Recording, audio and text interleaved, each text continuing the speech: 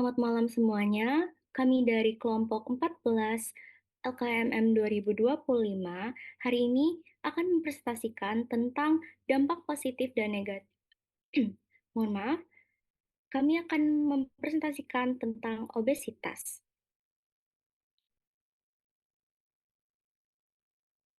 Alhamdulillah kita masih diberi kesempatan untuk hadir hari ini serta salam kita sampaikan kepada Nabi Muhammad SAW. Baik, sebelum kita memulai presentasi kita pada hari ini, ada baiknya saya memperkenalkan diri terlebih dahulu. Perkenalkan, nama saya Naila Putri Lydia sebagai moderator kelompok 14. Di sini saya bersama teman-teman saya yang bernama 1.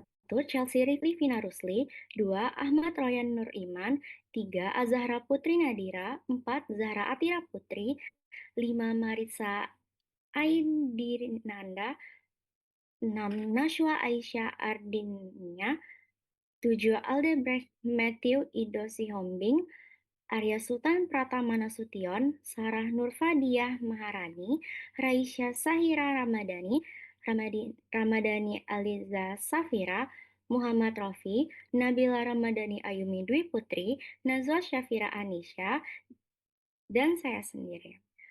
Oke, mungkin tanpa berlama-lama bisa langsung mulai ke paparan materi oleh teman-teman saya. Baik, terima kasih moderator. Saya izin ambil alih. Halo teman-teman, audiens pada malam hari ini. Walaupun kita Zoom-nya malam, saya harap antusiasnya, semangatnya masih sama ya. Jadi kalau ada pepatah bilang tak kenal maka tak sayang, nama saya Zahra Atira Putri. Kalian bisa panggil saya Zahra. Aku dari program studi pendidikan dokter 2025. Salam kenal semuanya dari universitas masing-masing. Hari ini kami kelompok 14 akan mempresentasikan tentang obesitas. Yuk teman-teman, pahami obesitas biar lebih sehat dan bahagia. Boleh, next slide.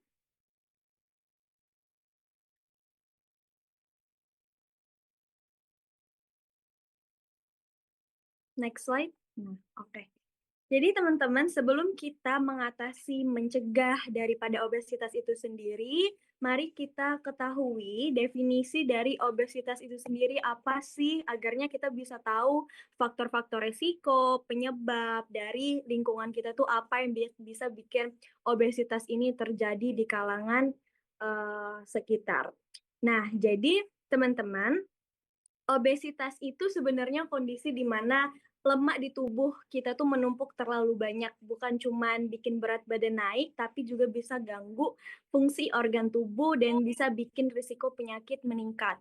Nah, jadi kalau misalnya ada pasien yang kena penyakit tertentu dan pasien itu sendiri obesitas, maka kemungkinan untuk terjadi penyakit kronik atau komplikasi itu semakin meningkat karena adanya faktor obesitas itu yang bisa bikin memperburuk suatu kondisi daripada pasien tersebut. Nah, cara paling gampang buat tahu kita termasuk obesitas atau enggak adalah pakai IMT. IMT itu sendiri adalah indeks massa tubuh.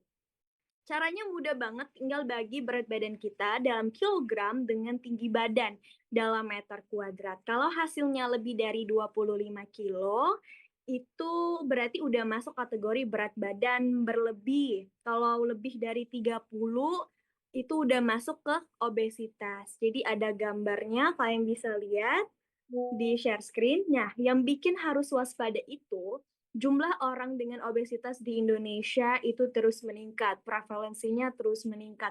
Jadi dari data Kemenkes nunjukin tahun 2014 itu angka obesitas orang dewasa masih 14,8%, tapi naik jadi 21,8% di tahun 2018, which is itu naiknya signifikan banget ya teman-teman dari obesitas ini. Artinya makin banyak masyarakat yang beresiko kena penyakit akibat gaya hidup kita yang nggak sehat, makan makanan kita yang junk food terus menerus. Jadi obesitas ini bukan cuma masalah penampilan kita doang, look kita, tapi udah termasuk masalah kesehatan nasional. Lanjut. Kok bisa sih obesitas? Nah, jadi ini biang keroknya. Banyak banget faktor yang bisa bikin seseorang itu jadi obesitas atau kelebihan berat badan secara tidak normal. Dan gak semuanya karena kurang olahraga aja. Jadi obesitas itu sendiri kondisinya tuh kompleks yang dipengaruhi oleh genetik, perilaku, dan lingkungan dari seseorang. Nah, dari genetik nih, ada orang yang memang lebih mudah menyimpan lemak karena faktor keturunan atau metabolisme tubuhnya lambat.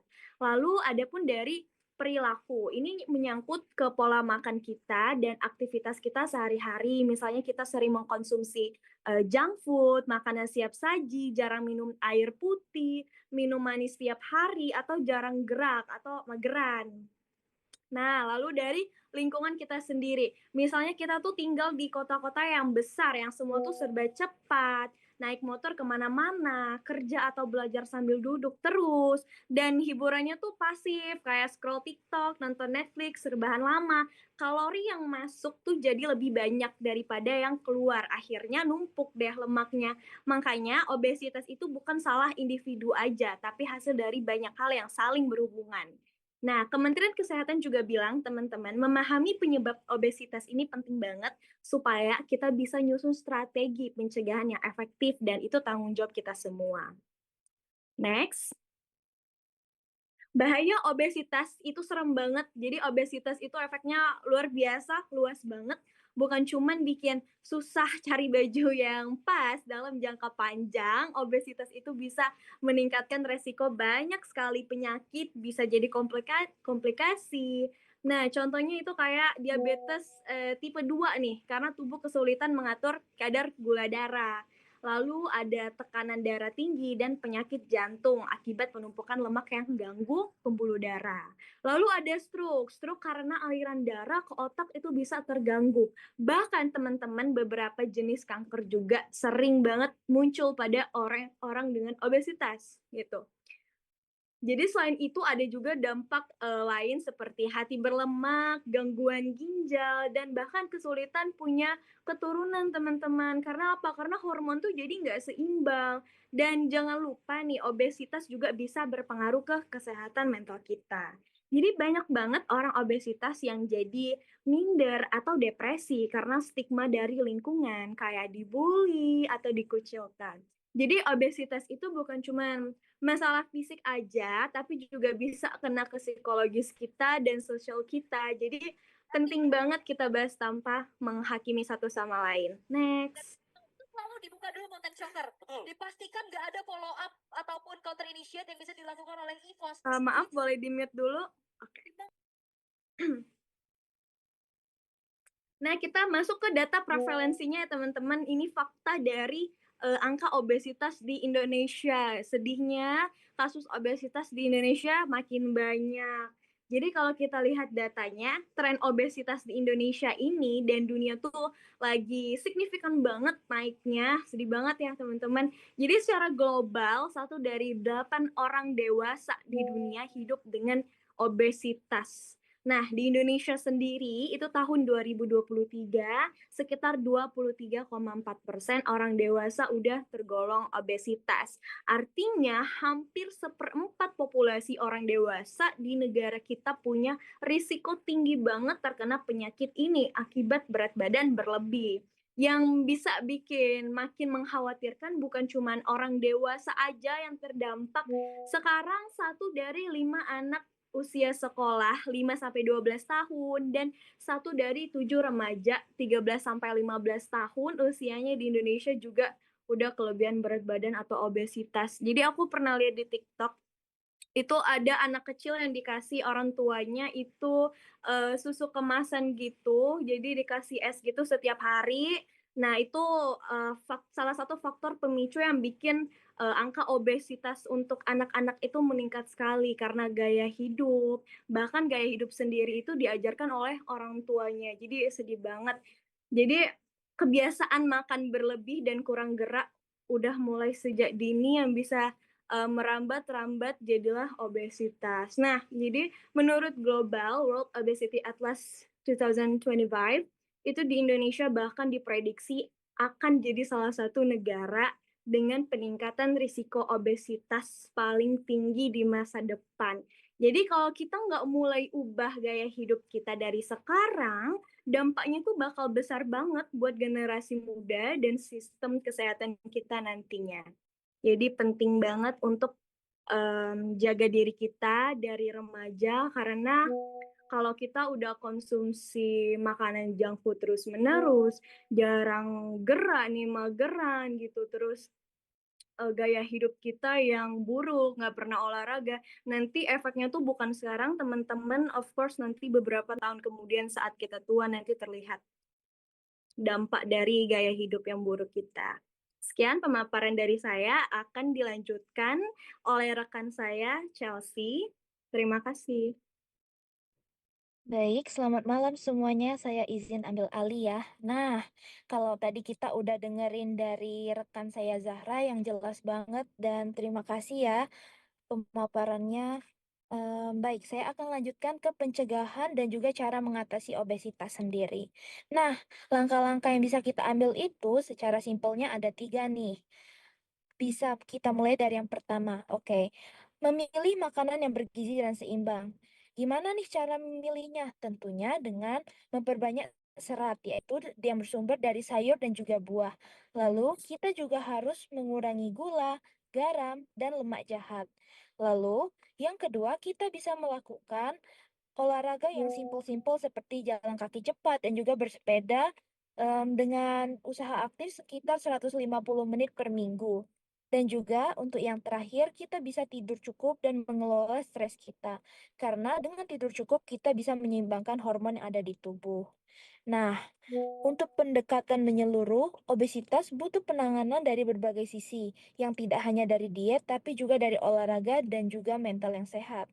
Dukungan dari keluarga dan komunitas sangat penting. Program di sekolah atau lingkungan bisa sangat membantu anak-anak terhindar dari obesitas. Boleh lanjut, moderator?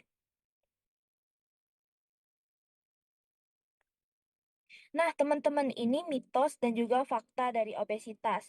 Jangan sampai salah paham ya. Nah, mitos yang pertama, obesitas cuma karena males atau kurang niat. Enggak, teman-teman. Jadi, obesitas itu merupakan penyakit kompleks yang dipengaruhi genetik, biologis, dan juga dari faktor lingkungan.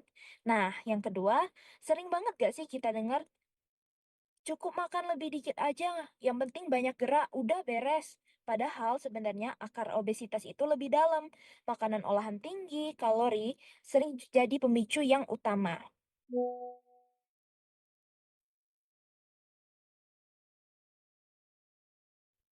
Boleh lanjut, moderator?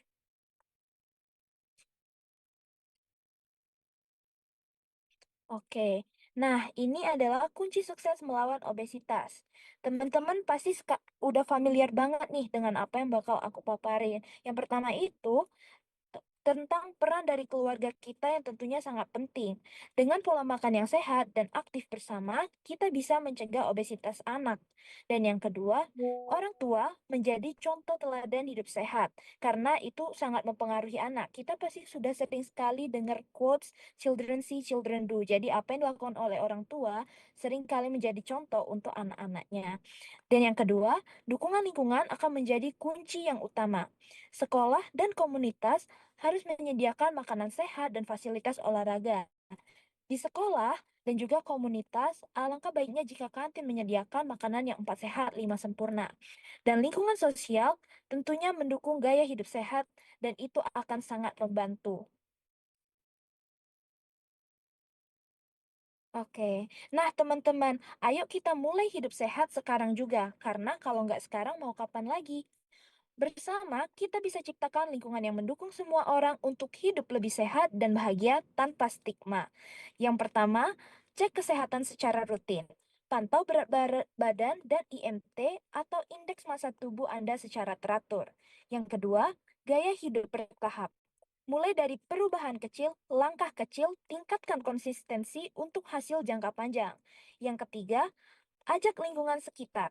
Dukungan teman dan juga keluarga adalah kunci keberhasilan kita semua. Dan yang terakhir, konsultasi ahli. Oke, jangan ragu untuk konsultasi dengan dokter atau ahli gizi untuk membantu memantau perkembangan dan juga pertumbuhan kita.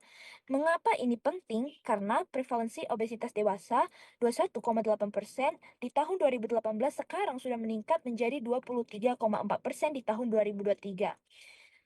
Dan di anak-anak di usia 5 sampai dengan 12 tahun, 10,8% itu di rentang gemuk dan juga 9,2% di rentang obesitas. Dan 64%, sekitar 64,4% anak-anak di Indonesia sangat kurang dalam aktivitas fisik. Nah, teman-teman, jadi inilah langkah-langkah yang bisa kita lakukan untuk mulai menerapkan hidup sehat. Saya harap langkah-langkah ini bisa diterapkan mulai dari sekarang karena langkah kecil akan sangat berarti. Baik, sekian pemaparan dari saya kembalikan ke moderator. Oke, terima kasih Zahra dan juga Chelsea atas pemaparan materinya. Selanjutnya, kita akan melanjutkan dengan sesi tanya jawab. Jadi untuk yang ingin bertanya, boleh langsung raise hand aja. Baik, izin untuk menjawab pertanyaan yang nomor 2 tadi.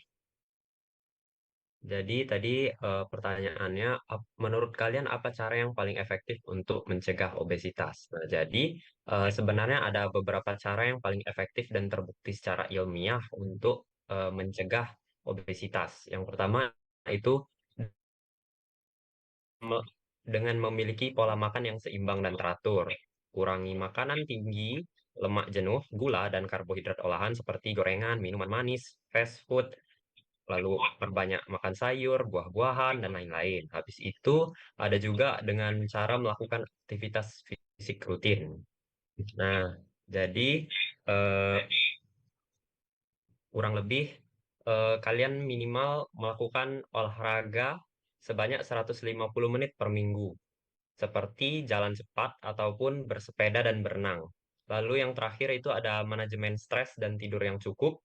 Karena tidur kurang dari 6 jam per malam itu bisa meningkatkan resiko obesitas karena mengganggu hormon lapar, yaitu ghrelin dan leptin.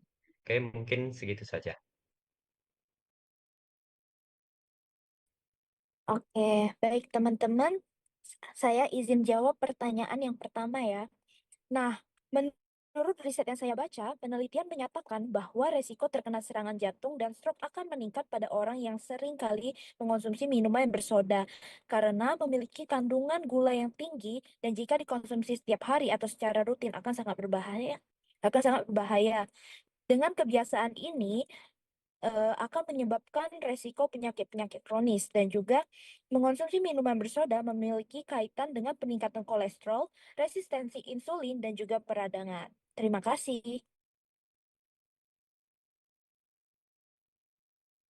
Baik teman-teman, jadi saya izin menjawab untuk pertanyaan nomor 3. Bagaimana bisa obesitas memengaruhi mental seseorang? Jadi, seperti yang kita lihat pada lingkungan sekitar kita, pastinya obesitas itu mempengaruhi mental seseorang ya. Yang pertama itu adalah gangguan percaya diri, stres dan depresi, ada body image yang negatif, gangguan konsentrasi dan masalah sosial serta coping negatif. Dan hal-hal ini tuh bisa terjadi karena orang itu tidak merasa nyaman dengan penampilannya, lalu juga dia mendapatkan stigma sosial seperti ejekan, atau bahkan diskriminasi. Bahkan juga orang bisa mengalami pembulian akibat dia mengalami obesitas. Begitu. Lalu selanjutnya supaya hal ini tidak terjadi, kita bisa memperbaiki pola makan dan aktivitas fisik, mulai dari makan makanan yang sehat seperti sayur, buah, protein, dan biji-bijian. Selain itu juga kita harus melakukan olahraga rutin, minimal 2 sampai 3 kali seminggu, dan juga aktivitas fisik ini guys, dia tidak hanya untuk menurunkan berat badan, tapi juga untuk meningkatkan mood kita. Selain itu juga kita harus memiliki pola tidur yang baik. Apakah menjawab untuk pertanyaan nomor 3?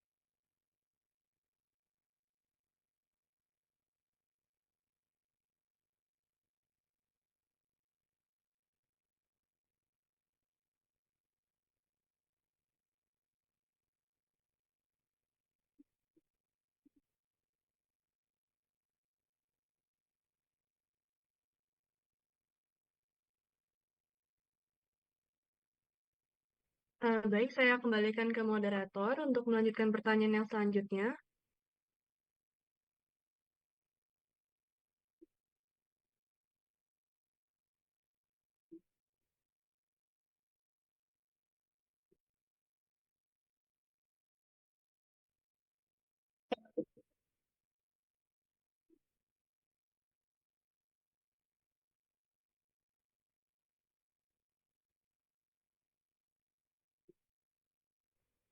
Baik, selanjutnya izin menjawab pertanyaan nomor 5. Moderator, apakah suara saya terdengar? Terdengar, terima kasih. Baik, pertanyaan nomor 5 adalah apa langkah tepat jika seandainya seseorang tersebut telah menjadi orang yang terserang obesitas. Langkah-langkah yang dianjurkan itu berupa bisa konsultasi medis dan penilaian awal dulu untuk memeriksakan diri ke dokter. Nah, ini nih untuk menilai indeks massa tubuh, persentase lemak tubuh, juga penyakit bawaan. Selanjutnya adalah memperbaiki pola makan dengan mengurangi kalori secara bertahap, lalu mengutamakan makanan alami, maksudnya adalah seperti buah, sayur, biji-bijian, protein tanpa lemak, dan juga menghindari makanan yang tinggi gula, makanan cepat saji dan gorengan, juga mengkonsumsi berlebihan karbohidrat. Nah, lalu ada pula aktivitas fisik yang teratur. Bisa mulai perlahan dari jalan kaki 20 sampai 30 menit per hari yang dilakukan 5 kali seminggu. Lalu juga bisa dengan olahraga seperti berenang, bersepeda, yoga atau senam. Lalu pula ada memperbaiki pola tidur dan manajemen stres dan menghindari metode cepat yang berbahaya. Lalu memang jika diperlukan jika memang dianjurkan oleh dokter bisa mengikuti terapi medis tambahan. Ini jika obesitasnya sudah, berat ya dengan indeks massa tubuh lebih dari 35. Semoga sudah cukup menjawab, terima kasih. Hmm. Saya kembalikan ke moderator.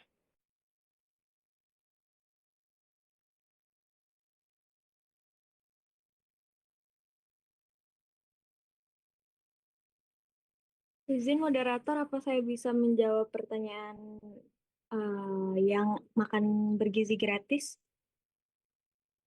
Boleh, silakan Zahra. Oke.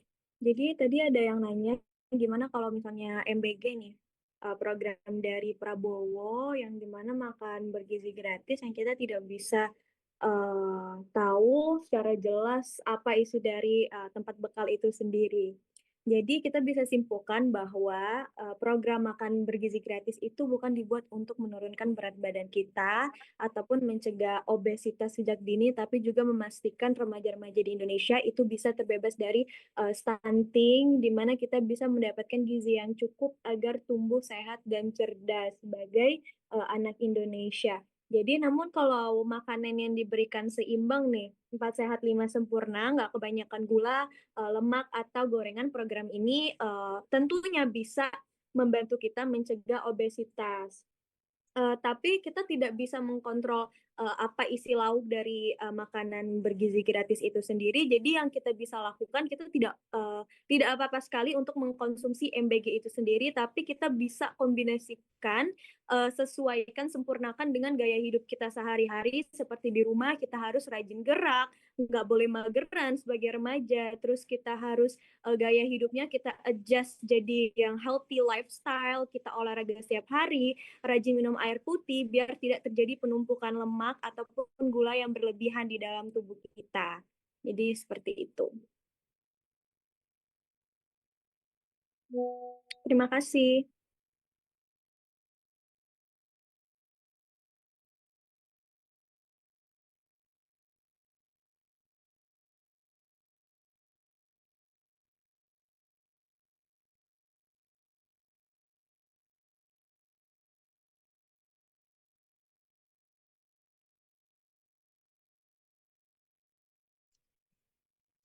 Baik, semuanya izin menjawab pertanyaan nomor 4.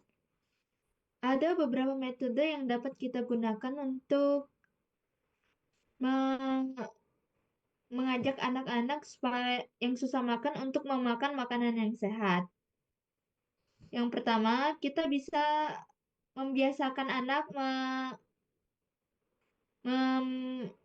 memakan makanan yang sehat melalui mencontohkannya itu sendiri, terus membuat penyajian yang sangat menarik, seperti contohnya kartun-kartun, banyak tuh di YouTube tuh tutorialnya. Selanjutnya, orang tua berli, beta, terlibat aktif dalam usaha tersebut. Selanjutnya, mengenalkan sejak dini dan bertahap. Yang terakhir, melakukan pendekatan tanpa paksaan. Karena anak kalau semakin dipaksa, semakin nggak mau.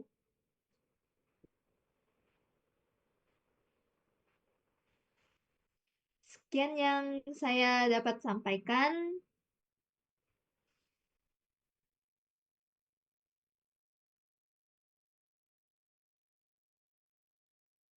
Saya kembalikan ke moderator. Baik, terima kasih teman-teman yang sudah menjawab pertanyaan. Selanjutnya mungkin kita bisa langsung ke sesi dokumentasi. Jadi, em, untuk yang belum menghidupkan kamera, mungkin bisa dihidupkan dulu.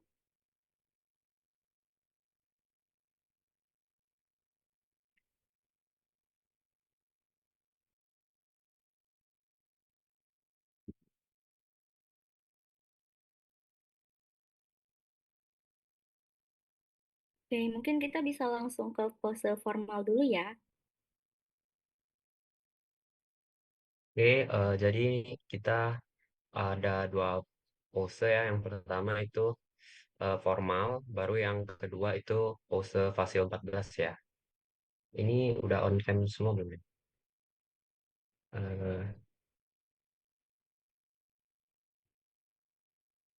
Eh, ya udah. Aku langsung mulai aja ya dokumentasinya. Jadi yang pertama formal, slide satu, satu, dua, tiga. Oke, selanjutnya slide kedua, satu, dua, tiga. Oke, selanjutnya itu pose kedua yaitu pasien 14. Jadi tangannya yang kiri, telunjuk kiri itu di kedepanin, habis itu yang tangan kanan kalian itu buat jari 4, habis itu dikebelakangin gini, guys. Oke, aku mulai ya. Satu, dua, tiga, slide satu. Oke, selanjutnya slide kedua. Satu, dua, tiga. Oke, udah saya kembaliin lagi ke moderator.